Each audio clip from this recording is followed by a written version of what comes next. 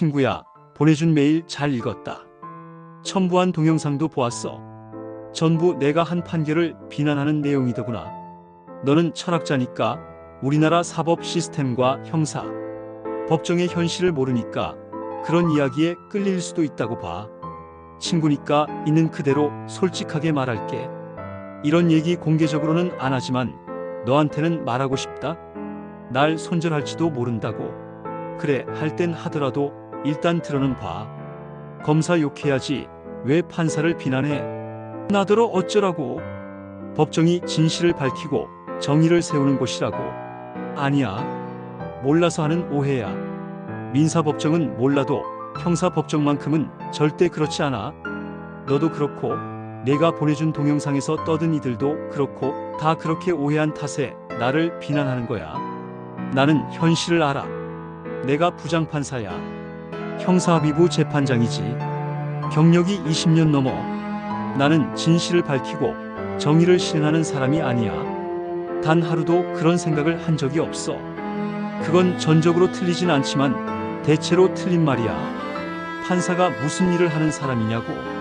검찰이 기소한 형사 피고인의 유무죄를 판단하고 유죄인 경우 적절한 형량을 주는 것이지. 검찰과 피고인 측이 법정에 낸 증거와 정황과 논리를 보고 모든 걸 판단해. 법정 밖에서 벌어지는 일은 상관하지 않아. 우린 검사가 기소한 사건만 취급해. 검사가 기소하지 않으면 아무리 심각한 범죄를 저지른 사람이라도 내가 어떻게 할 수 없어. 대통령과 가족과 측근들의 범죄 혐의는 덮고 야당 정치인과 가족만 탈탈 털어 처벌하는 게 정의로운 법 집행이냐고. 물론 아니지. 대통령이 정적을 제거하는 수단으로 사법제도를 악용하는 것 아니냐고. 그래, 맞아. 그렇지만 그게 판사 책임은 아니잖아. 검찰을 욕해야지 왜 법원을 비난해? 말했잖아. 검사가 기소하지 않은 사건은 형사법정에 오지 않는데 나더러 어쩌라고. 기소당한 야당 정치인과 가족들한테 무죄를 선고하라고. 그게 정의라고. 아니야. 그렇게 말할 수는 없어. 판사는 증거를 보고 법리에 따라 판결해. 정치적 목적으로 기소했다 해도 증거를 조작하고 참고인을 회유해 허위 진술을 받았다고 해도 검찰이 낸 증거와 증언이 허위라는 걸 피고인이 증명하지 못하면 유죄 선고를 할 수밖에 없어. 증거 조작 여부와 증언의 허위성 여부를 판사는 직접 조사하지 않아. 하려면 할 수는 있지만 그럴 의무가 없어.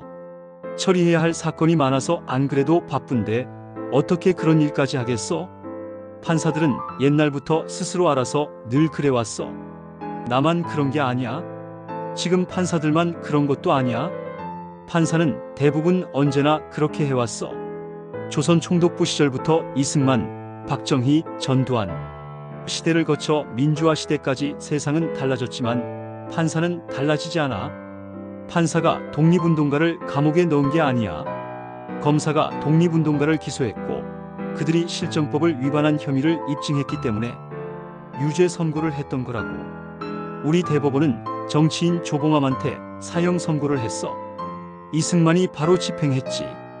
인혁당 관련자들한테도 사형을 선고했어. 박정희가 다음날 새벽 바로 집행했지. 김대중한테도 사형 선고를 했어. 전두환이 감형해 미국에 보내서 살았지만 대법원은 김대중을 죽이라고 했어. 왜? 검찰이 기소했고 김대중이 무죄를 증명하지 못했으니까. 피고인이 무죄를 증명하지 못하면 판사는 유죄 선고를 할 수밖에 없어. 전두환이 총칼로 협박해서 그랬던 게 아니야. 협박할 필요가 없었어. 굳이 시키지 않아도 알아서 하니까. 그 사람들한테 대법원이 재심 무죄를 선고했지 않았느냐고. 그건 세월이 지났으니까, 시대가 달라졌으니까 사형을 선고한 증거와 증언이 고문과 조작으로 만든 가짜였음이 밝혀졌으니까 그렇게 한 거야. 유죄를 선고한 원심 판사가 잘못했다고 인정한 게 아니라고. 판사의 잘못을 인정한 것처럼 사람들이 오해하는 것일 뿐이야. 다시 말할게. 형사법정은 진실을 밝히는 곳이 아니고 판사는 정의를 실현하는 사람이 아니야. 친구야, 나더러 진실을 밝히고 정의를 실현하라고 말하는 내가 버겁다. 그렇지 않아도 그런 사람이 많아서 사는 게 쓸데없이 고달픈데 너라도 그런 말 안 하면 안 되겠니? 판사들이 보수적이라 진보 세력한테 적대적이라고. 천만에 우리가 지금의 야당 사람들한테만 유죄 선고를 했어? 아니지. 전두환 노태우도 집어넣었잖아. 박근혜 이명박도 중형을 내렸잖아. 그 사실을 왜 모른 척하지? 우린 누구든 검찰이 기소하고 범죄 증거가 확인되면 교도소에 보낸다고. 노무현도 검찰이 기소해서 혐의를 입증했으면 집어넣었을 거야. 윤석열 김건희 부부도 언제가 될지는 모르겠지만 검찰이 기소하고 증거가 분명하면 징역형 내릴 거라고. 대통령은 거짓말을 밥 먹듯 하는데 그냥 내버려 두고 낙선한 야당 정치인한테만 징역형을 주는 건 정의롭지 않다고. 내 생각은 달라. 윤석열의 범죄를 덮었다는 이유로 이재명의 범죄도 봐주는 건 더 큰 불의를 저지르는 거야. 범죄자 둘 모두를 놓치는 것보다는 하나라도 처벌하는 게 더 정의로운 것 아닌가? 그게 부당하다고 생각한다면 그런 생각하는 사람들이 현직 대통령과 배우자도 검찰이 기소하게 만들어야지. 내 재판부에 배당되면 범죄의 증거가 있는지 살펴보고 있으면 합당한 벌을 줄게. 헌법과 법률로 전지전능한 권한 갖게 된 최고 엘리트. 그 정도 하고 다음 이슈로 넘어가마. 일개 판사가 대선에서 국민 절반의 표를 받았고 지금 국민 지지율이 독보적으로 높은 차기 대선 주자의 피선거권을 박탈한 행위는 민주주의 원리에 어긋난다고. 국민의 선택권을 제약해 주권재민 원리를 짓밟았다고. 난 인정하지 않아. 그렇게 생각했다면 그런 판결을 했겠어? 난 판사로서 할 일을 했을 뿐이야. 우리나라는 법치국가라고들 하는데 법치국가가 뭐야? 법이 지배하는 사회라는 것이지. 법치국가에서는 만인이 법 앞에 평등해야 해. 누구도 예외가 되어서는 안 돼. 지지율 1등 차기 대선 주자라고 해서 범죄 혐의가 입증되었는데도 무죄를 줘야 하나? 선거법 위반 혐의가 입증되어도 형량을 벌금 100만 원 아래로 해야 하나? 그건 아니지. 맞아. 나는 일개 판사야. 하지만 형사법정에서 유무죄를 가리고 형량을 결정하는 능력은 내가 최고야. 유권자 2천만 명을 모아놓는다고 해서 나보다 더 합리적으로 판단할 수는 없어. 나는 전교 1등만 모이는 특목고에서도 1등을 다툰 사람이야. 대한민국 최고 대학 최고 학과에서 법을 공부했고 사법시험을 초고속 합격했지. 연수원 성적이 좋아서 판사가 되었고 20년 동안 온갖 사건을 다루어 봤어. 우리 헌법과 법률은 일개 판사인 나한테 정치인의 피선거권을 박탈할 권한을 주었어. 나는 대한민국 최고 전문가로서 그 권한을 행사했을 뿐이야. 주권자인 국민의 뜻? 판사는 국민 여론을 살필 필요가 없어. 물론 살펴도 되지만 의무는 없다는 말이야. 판사가 국민 여론을 따라야 하는 게 아니야. 국민이 판사의 결정을 따라야지. 국민은 판사의 결정을 받아들이고 그 조건에서 주권을 행사해야 한다고. 헌법에 따르면 그래. 내가 피고인에 대한 정치적 편견 때문에 중형을 선고했다고. 서로 다른 맥락에서 한 말을 하나로 엮어서 거짓말로 판단했다고. 피고인이 위협을 느끼게 만든 수많은 중앙정부 공문서는 무시하고 가장 온건한 문장으로 쓴 사건과 직접 관련되지 않은 공문서 하나만 증거로 채택했다고.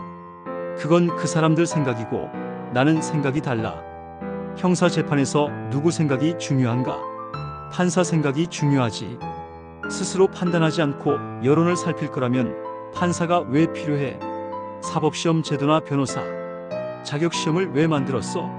북한식으로 아무나 판사 자리에 앉혀놓고 인민재판하면 될 것 아니야?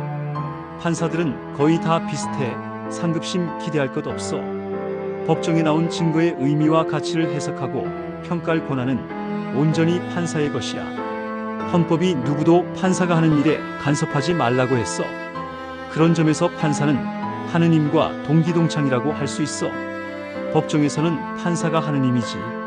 사법부라는 건 가상의 존재야. 대한민국에 실제로 존재하는 건 사법부가 아니라 자신의 법정에서는 신과 같은 권능을 행사하는 3,200여 명의 판사들이지.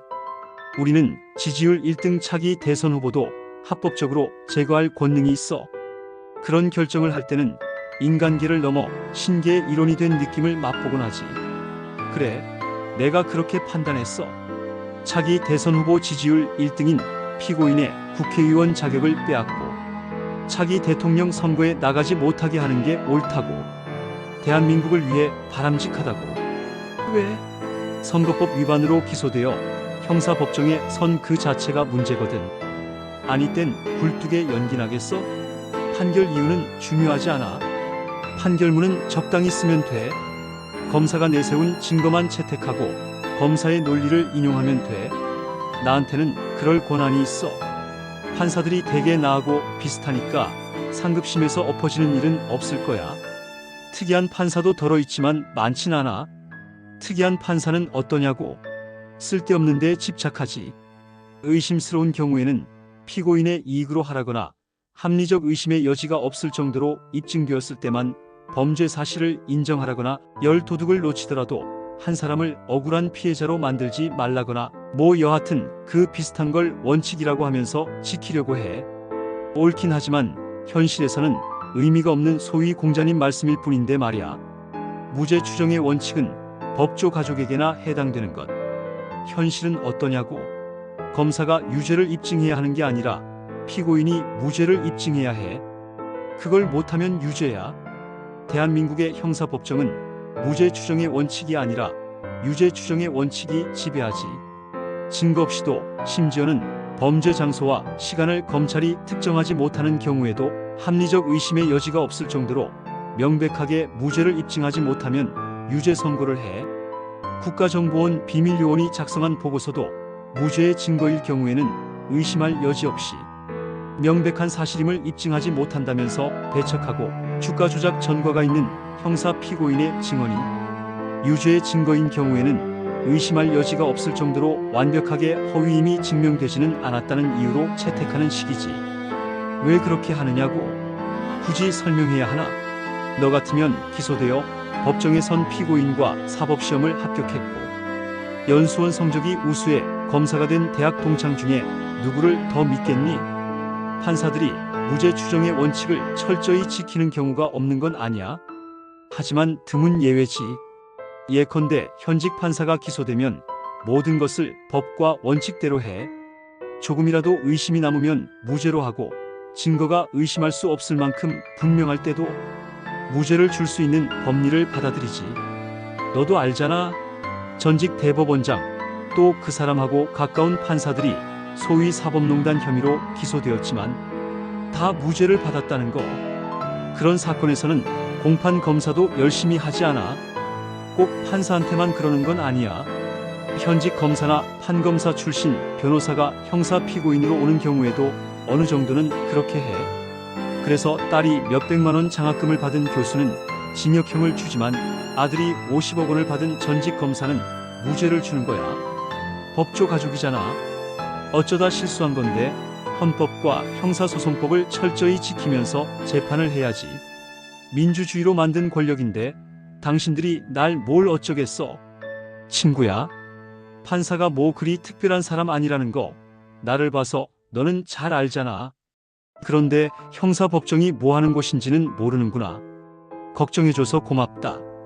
내가 나를 손절하더라도 친구로서 걱정해 주었다는 사실은 기억할게. 그렇지만 나를 걱정할 필요는 없어.